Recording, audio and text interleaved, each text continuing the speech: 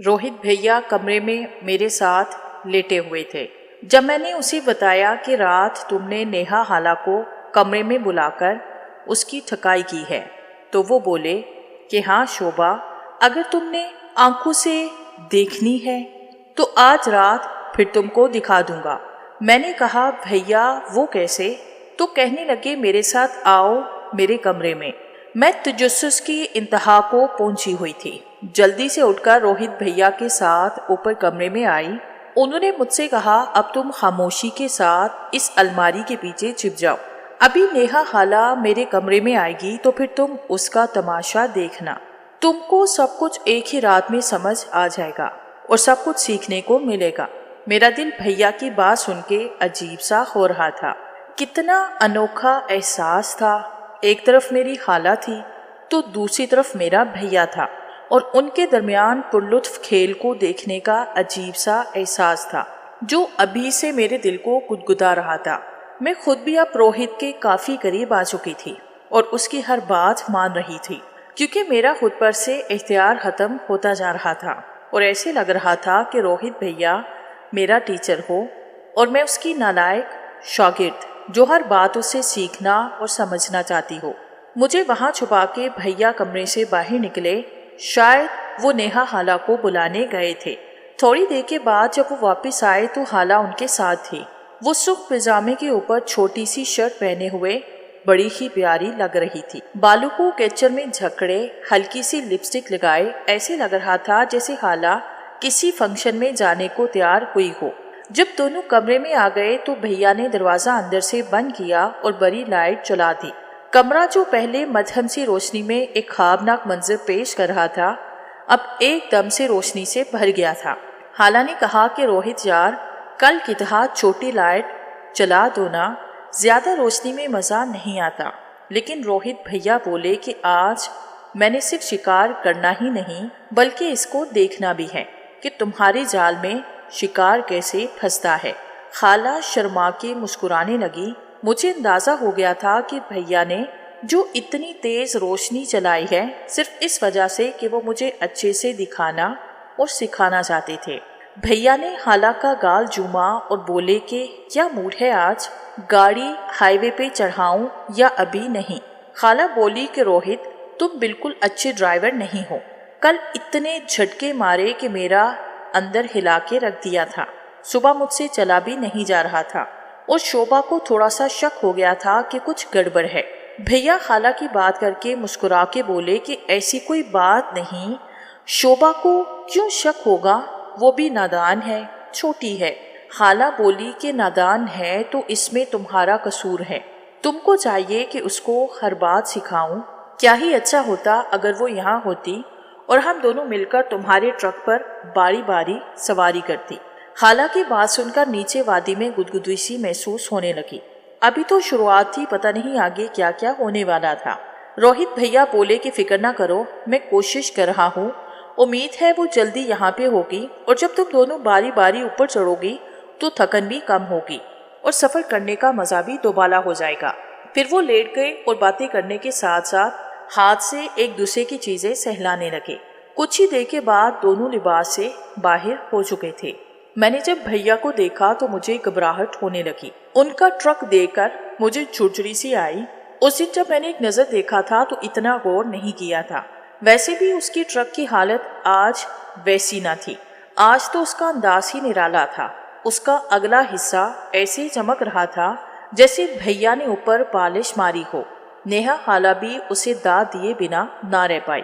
फिर भैया मेरी तरफ मुंह करके खड़े हो गए। उनको मालूम था कि मैं अलमारी के पीछे से उन्हीं को देख रही हूँ, इसलिए वो मुझे अच्छी तरह दिखाना चाहते थे। लेकिन नेहा हाला को बिल्कुल भी मेरी मौजूदगी का पता न था। वो मुंह दूसरी तरफ करके ट्रक पे हाथ फेर कर उसे सफ़र के लिए तैयार कर रही थी। उसकी पुश मेरी तरफ थी और नज़ारा बड़ा ही ज़बरदस्त था। झरना अभी खुश्क था लेकिन ऊपर से नीचे की जानिब लंबी सी लकीर की सूरत में नजर आ रहा था। झरने से थोड़ा और झील थी जिसके ब्राउन किनारे सुकर के बहुत ही प्यारे लग रहे थे। भैया ने मुझे देखकर आंख मारी तो मैं शर्मा गई। उन्होंने इशारे से पूछा कि कैसा लग रहा है सब। मैंने 2 उंगलियों का दायरा बना के दिखाया जिसका मतलब था کہ فینٹاسٹک۔ بھیا مسکرا پڑے اور اشارے سے کہا کہ آگے آگے دیکھو ہوتا ہے کیا۔ نیہا خالہ کو کچھ ہوش نہ تھا، وہ سر جھکا کے اپنے کام میں پوری طرح سے مصروف تھی۔ انہیں خبر نہ تھی کہ کوئی پیچھے سے دونوں پہاڑیوں کے بیچ جھرنے اور جھیل کا نظارہ کر رہا ہے۔ جھرنے کا چھوٹا سا دھانا دے کر میں نے اندازہ لگایا ابھی کل اچھی خاصی ٹھکائی ہوئی تھی، پھر بھی وہ جو کا تو تنگ تھا، جیسے ہوا ہی نہ ہو کچھ۔ خوبصورت منظر دیکھ کر مجھے خالہ سے بلا وجہ کی جیلسی ہونے لگی، صرف اس وجہ سے کہ وہ اتنی پیاری اور چکنی کیوں ہیں۔ پھر میں نے اپنے دل میں سوچا کہ پاگل وہ پیاری کیوں نہ ہو، ابھی وہ 24 سال کی ہیں اور پھر میری خالہ ہیں، پیاری کیوں نہ ہو۔ پھر میں نے خود سے کہا کہ اگر نیہا خالہ پیاری ہیں تو شوبھا بھی کسی سے کم نہیں، انہی کی بھانجی ہوں اور ان سے بھی 5 سال چھوٹی ہوں، تو اس کا مطلب یہ تھا کہ میرا جھرنا ان سے بھی چھوٹا ہوگا اور اصل نظارہ تو اس کا دیکھنے والا ہوگا۔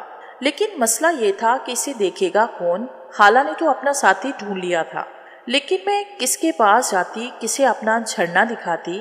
پھر مجھے یاد آیا کہ روہت بھیا بار بار خالہ کو کہتے ہیں کہ وہ شوبھا کو تیار کر رہے ہیں، اس کا مطلب یہی ہے کہ وہ مجھے بھی اپنی ٹیم میں شامل کرنا چاہتے ہیں، اور اگر کر لیں تو مزہ ہی آ جائے، پھر تو میں بھیا کو اپنی طرف سے ہٹنے ہی نہ دوں اور خالہ بیچاری منہ دیکھتی رہ جائے۔ میں نے سوچوں میں کھوئی تھی جب نیہا خالہ نے روہت کی آئس کریم چاٹنا شروع کر دی تھی۔ وہ ندیدوں کی طرح اس پہ زبان پھیر رہی تھی جیسے کہ بہت ہی بھوکی ہو۔ بھیا بڑے خوش نظر آ رہے تھے، ان کی آنکھوں سے جو خوشی اور سکون جھلک رہا تھا اس کو الفاظ میں بیان کرنا ممکن نہ تھا۔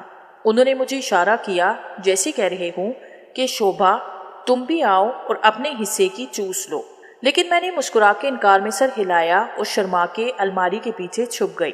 مجھے ان کے کام میں دخل اندازی اچھی نہ لگی تھی، اس لیے میں نے صرف دیکھنے پہ اکتفا کیا، لیکن روہت بھیا چونکہ مسلسل مجھے دیکھ کر اشارے کر رہے تھے اس لیے مجھے شرم بھی آ رہی تھی۔ کچھ لمحے میں الماری کے پیچھے ہی چھپی رہی اور اپنے دل کی بے ترتیب دھڑکنوں کو درست کرتی رہی۔ پھر اچانک بھیا کی آواز کانوں میں پڑی، وہ نیہا سے کہہ رہے تھے کہ ٹرک تیار ہے، چلو اب اوپر چڑھ جاؤ۔ ان کی بات سن کے میرا دل پھر زور سے دھڑکنے لگا۔ میں نے تھوڑا سا سر باہر نکالا اور دیکھا تو بھیا بیڈ پر سیدھے لیٹ گئے تھے، ان کا ٹرک تیار کھڑا تھا۔ پھر نیہا خالہ اس پہ چڑھ کے بیٹھ گئی تو ٹرک میری نظروں سے اوجھل ہو گیا۔ وہ اندر چلا گیا تھا، اب ان کا سفر شروع ہو چکا تھا۔ میں نے دیکھا کہ نیہا خالہ ایسے ہل رہی تھی جیسے ٹرک ناہموار سڑک پہ چل رہا ہو۔ کچھ تو وہ ہل رہی تھی اور کچھ ٹرک کے دھکے تھے جو لمحہ بلمحہ بڑھتے جا رہے تھے۔ جب یہ کام کچھ دیر اور نہ رکا تو نیہا خالہ بولی کہ روہت یار تم اپنا ٹرک آہستہ کرو، اگلا حصہ بہت برا چبھ رہا ہے، ابھی کل والی درد کم نہیں ہوئی۔ تو بھیا بولے کہ اب جس رستے میں یہ گھس گیا ہے نا تو باہر نکلے گا اور نہ ہی آہستہ ہوگا۔ میں یہ منظر دیکھ کر بے چین ہو گئی تھی۔ ہائے بھگوان، کاش نیہا خالہ نیچے اترے اور میری باری آئے، لیکن ابھی ایسا ممکن نہیں تھا۔ چند منٹ کے بعد خالہ کا جسم جھٹکے لینے لگا تو انہوں نے سسکنا شروع کیا۔ بھیا نے ٹرک کی رفتار کم کر دی تھی۔ خالہ ابھی بھی اوپر ہی سوار تھی لیکن بالکل رکی ہوئی تھی۔ بھیا نے پوچھا کیا ہوا؟ خالہ بولی کہ میں تو منزل پہ پہنچ گئی ہوں، میری بس ہو گئی ہے، اور دیکھو کشتی کی کیا حالت ہو گئی، بالکل سرخ کر دی تم نے 2 ہی دنوں میں۔ روہت بھیا بولے کہ اتنی جلدی بس کیسے ہو گئی، میں تو 2 گھنٹے مزید ٹرک چلاؤں گا۔